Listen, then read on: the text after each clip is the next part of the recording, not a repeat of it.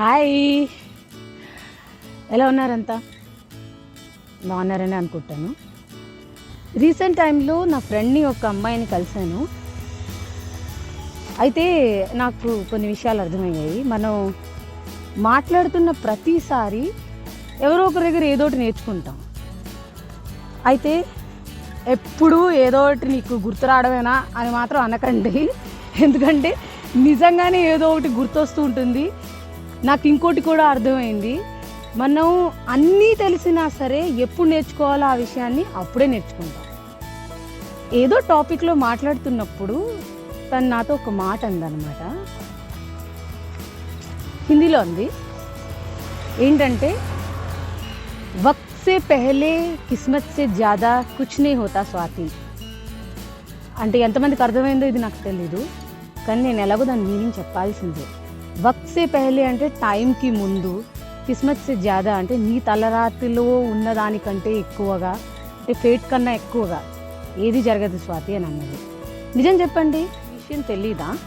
నిజంగా మాట్లాడుకోవాలంటే మనకు కూడా తెలుసు, ప్రతిదానికి టైం రావాలి, ప్రతిదానికి మన తలరాతలో ఉండాలి, ఇవన్నీ మనం కూడా మాట్లాడుకుంటూనే ఉంటాం కదా. కానీ అట్ ద సేమ్ టైం ఇది ఈ టైంలో జరిగిపోతే బాగుండు, అయ్యో ఇది ఇలా జరగాల్సిందే ఖచ్చితంగా అని మనం ఎంత స్ట్రగుల్ అయిపోతూ ఉంటాం కదా. చాలా ఎక్కువగా స్ట్రగుల్ అయిపోతూ ఉంటాం కదా మనం.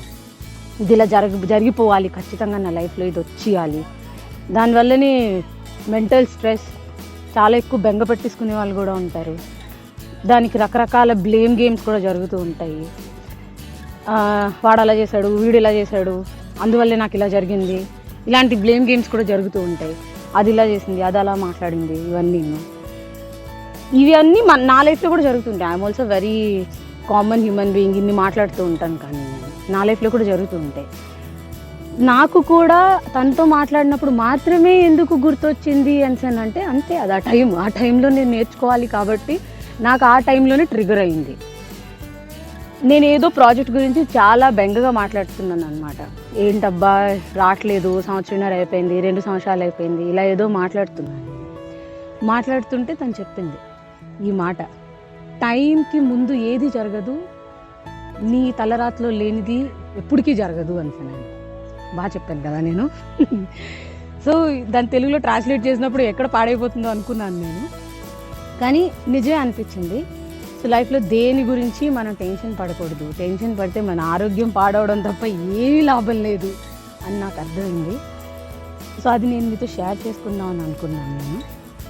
మీ అందరికీ కూడా అలా ఎప్పుడైనా అనిపించిందా? కమెంట్ చేయండి. ఎందుకంటే ఒక్కొక్కరి తలరాతలోని ఏదైనా నెగిటివ్ థింగ్స్ జరిగితే దానికి కారణం వాడని, ఇదని, ఇలా ఏదో మనం చెప్పేసుకుంటూ ఉంటాం కదా. మన లైఫ్లో జరిగే నెగిటివ్ థింగ్స్కి వాళ్ళు వీళ్ళు కారణాలని, ఇంకా పెద్ద పెద్ద భారీ ఎత్తున రివెంజ్ గేమ్లని మనం ఇలా అనుకుంటూ ఉంటాం. ఇలా జరగకపోయి ఉంటే బాగుండు, అలా జరగకపోయి ఉంటే బాగుండు, మనం ఇలా చేయకపోయి ఉంటే బాగుండు అని చెప్పి. అవన్నీ ప్రీడిటర్మైండ్. ఆల్రెడీ నీకు ఏదో నేర్పించడానికి నీ లైఫ్లో అది జరుగుతూనే ఉంటుంది. సో అది నేర్చుకునే టైం వచ్చినప్పుడు అది జరుగుతుంది అని నాకు అర్థమైంది.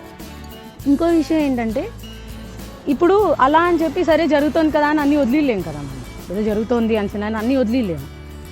మనం చేసిన తప్పులు ఏంటి అన్నది మనం రియలైజ్ అయితే ఆ జరిగిన ఇన్సిడెంట్ నుంచి ఖచ్చితంగా దాన్ని రిపీట్ చేయకూడదు అనే రియలైజేషన్ కూడా ఉండాలి. సో ఇలా ఎక్కువగా స్ట్రెస్ తీసుకోకూడదు లైఫ్లోని, అన్ని టైం వచ్చినప్పుడు జరుగుతూనే ఉంటాయి అన్న విషయాన్ని అయితే నేను ఇప్పుడు ట్రిగర్ అయ్యాను. నేను అంటే ఈ ఏజ్లో ట్రిగర్ అయ్యాను. ఇది నాకు ముందు తెలీదా? తెలుసు, నాకు కూడా తెలుసు. స్టిల్ నేను ఇప్పుడే నేర్చుకోవాలని రాసి పెట్టుంది కాబట్టి నేను ఇప్పుడే నేర్చుకున్నాను. ఈ విషయం నేను మీ అందరితో షేర్ చేయాలని అనుకున్నాను. మళ్ళీ మరో వీడియోలో కలుద్దాం. బాయ్. 14 డైరీస్. జీవితం అంటే ఎన్నో అనుభవాలు, వాటి వెనక ఎన్నో కథలు.